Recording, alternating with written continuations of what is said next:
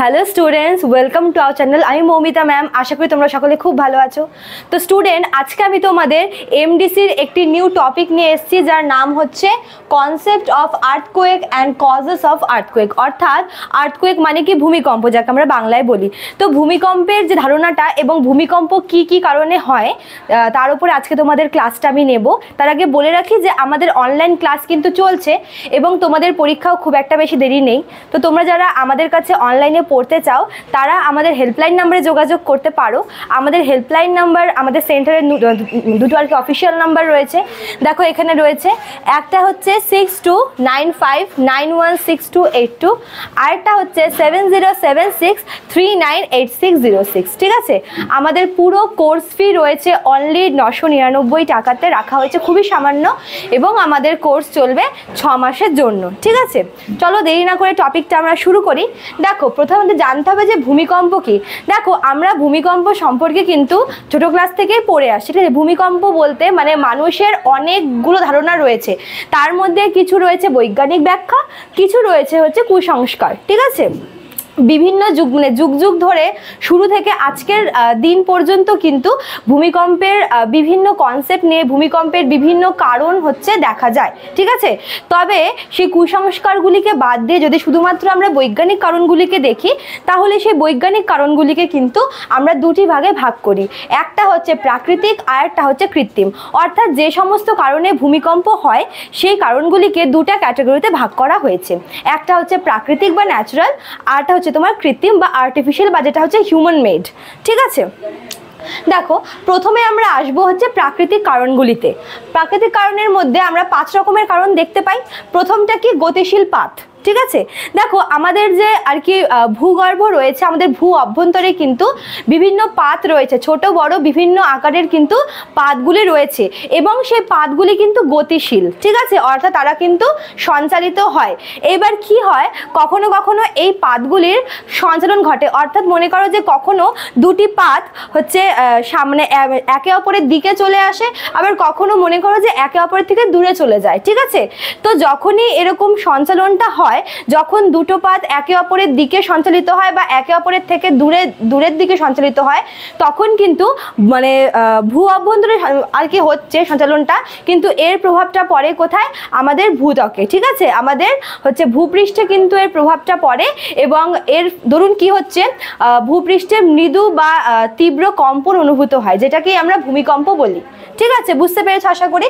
তো গতিশীল পাতের কারণটা হচ্ছে আমাদের ভূ অভ্যন্তরে যে বিভিন্ন গতিশীল পাতগুলি রয়েছে, সেই পাতগুলি যখন সঞ্চালিত হয়, যখন সঞ্চালন ঘটে সেই পাতগুলির, তখন হচ্ছে আমরা যারা হচ্ছে ভূপৃষ্ঠে বসবাসকারী প্রাণী, আমরা কি করি, মৃদু বা তীব্র কম্পন অনুভবটা করি। ঠিক আছে, এই কম্পনকেই কিন্তু আমরা বলে থাকি ভূমিকম্প। ঠিক আছে, তারপরে দেখো 2 নম্বরে বলেছে ভূগর্ভস্থ শিলাস্তরের হ্রাস বৃদ্ধি।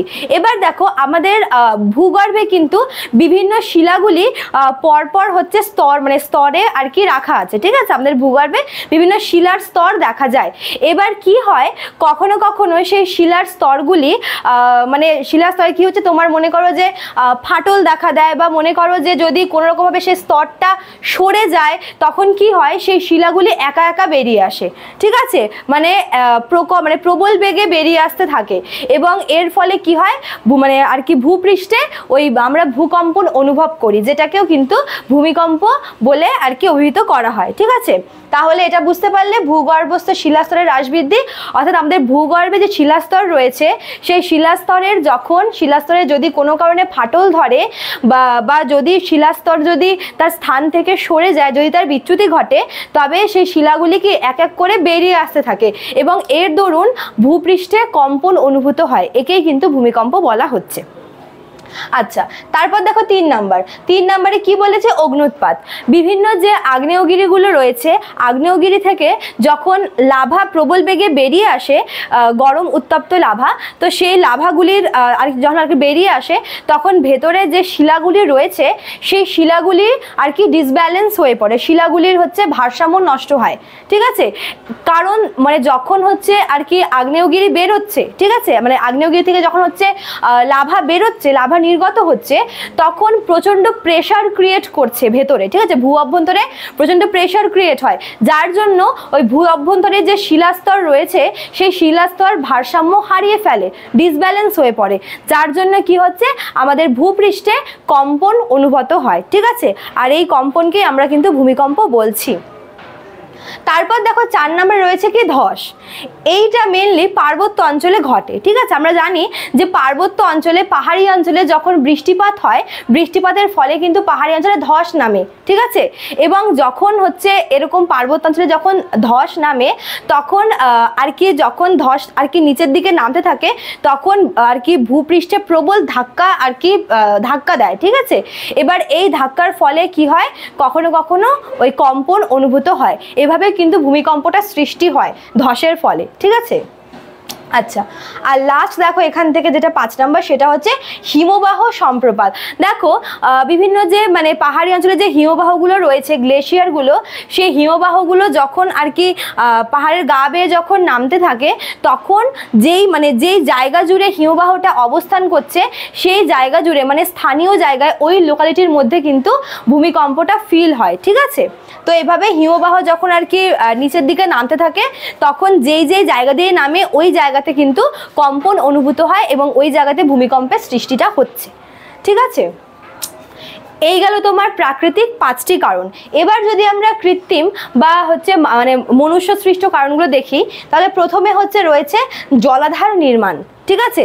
দেখো যখন কোথাও আর কি জলাধার নির্মাণ করা হচ্ছে তখন জলের প্রচণ্ড চাপে ভূত্বকের যে স্থানগুলো দুর্বল, ঠিক আছে। মনে করো যে এমন একটা জায়গায় জলাধার তৈরি করা হলো যে স্থানের মাটিটা, যে স্থানের ভূত্বকটা ভীষণই দুর্বল। এবার যখন ওই জলাধার তৈরি করা হচ্ছে তখন জলের চাপে কি হচ্ছে, ওই দুর্বল জায়গাটা আর কি প্রেশার পড়ছে এবং এর ফলে কি হয়, ওই কম্পন কিন্তু আমরা মানে একটা কম্পনের সৃষ্টি হয়, ঠিক আছে। আর এভাবেই জলাধার নির্মাণের মাধ্যমে ভূমিকম্প সৃষ্টি হয়। আচ্ছা, আর 2 নম্বর দেখো এখান থেকে কি বলেছে, পারমাণবিক বোমা বিস্ফোরণ। কখনো কখনো বিজ্ঞানীরা কি করে, যখন কোনো নিউক্লিয়ার বম ক্রিয়েট করে তখন তারা সেই নিউক্লিয়ার বমটাকে টেস্টিং করে, ঠিক আছে, নিউক্লিয়ার মানে বোমাটাকে বিস্ফোরণ করায়।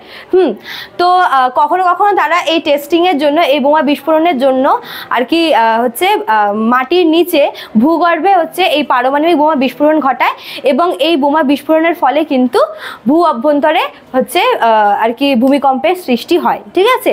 তো এই দুটো কারণ হচ্ছে মেনলি কৃত্রিম কারণ। মেন যে এই প্রাকৃতিক কারণগুলো রয়েছে 5টা কারণ, এই 5টা কারণে হচ্ছে মেন হয়ে থাকে, ঠিক আছে। সব থেকে বেশি ইম্পর্টেন্ট হচ্ছে এই গতিশীল পাত।